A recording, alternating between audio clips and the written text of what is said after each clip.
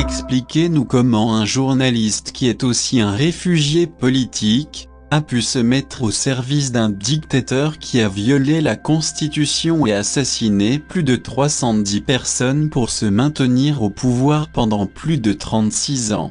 Comment un journaliste peut se mettre au service d'un dictateur et de son ambassadeur? En organisant ces conférences de presse, elle aide au ministre venu mentir devant les journalistes en disant que la démocratie existe en Guinée équatoriale. Bonjour Monsieur James Ngombo. Bonjour. En tant que président de l'association des journalistes panafricains, vous venez d'assister à la conférence de presse qu'a donnée l'ambassadeur de la Guinée équatoriale en France. Quelles sont vos impressions? Bien, moi je pense que d'abord pour répondre à cette question, la presse panafricaine a toujours considéré la Guinée équatoriale comme l'un des pays émergents compte tenu de progrès, compte tenu de tout ce que ce pays a fait. Et en tant que président de l'association de la presse panafricaine, je pense que nos impressions sont que le meilleur, parce qu'on a vu un ambassadeur ouvert qui a bien maîtrisé son sujet, et également je rends hommage aux multiples interventions de confrères, mais surtout la présence de tous les confrères qui sont venus. Donc pour répondre à la question, ça a été pour nous un honneur et un succès.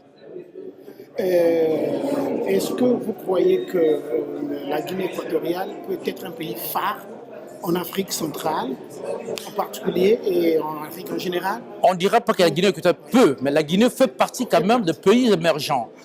Il suffit seulement de se rendre à Malabo pour voir qu'est-ce qui est construit à Malabo, les infrastructures, la façon dont les autorités de la Guinée équatoriale conduisent leur politique. On peut dire aujourd'hui que la Guinée équatoriale fait partie des pays émergents en Afrique et nous pensons, avec ce qu'ils ont comme projet Horizon 2020, la Guinée équatoriale peut faire beaucoup de bonnes choses et ça continue toujours à faire un honneur pour l'Afrique.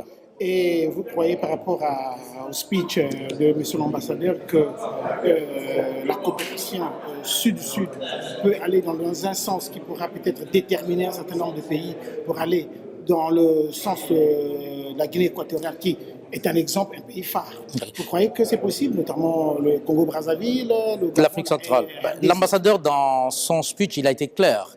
La Guinée équatoriale entretient de bonnes relations avec le pays du Sud-Sud.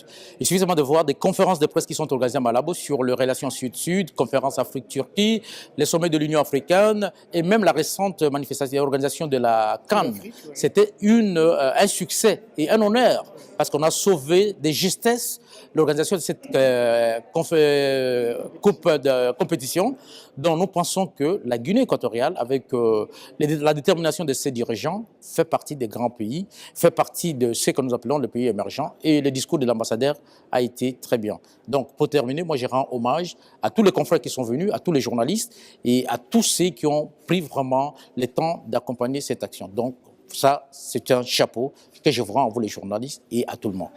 Expliquez-nous comment un réfugié politique issu de la dictature de Mobutu, autrement dit du Congo-Zaïre, qui a obtenu le statut de réfugié politique en France, et crée une revue Panafrica, qui ne paraît pas, et un site internet qui ne donne aucune nouvelle fraîche, a obtenu en France une carte de journaliste, en tant que directeur d'une revue qui ne paraît pas, et d'une association LAPA, dont on aimerait savoir comment il a été élu, alors qu'il s'est mis au service du dictateur assassin 310 Obiangenge Mambazogo, violeur de la Constitution et d'un ambassadeur. En organisant ces conférences de presse, elle aide au ministre venu mentir devant les journalistes en disant que la démocratie existe en Guinée équatoriale.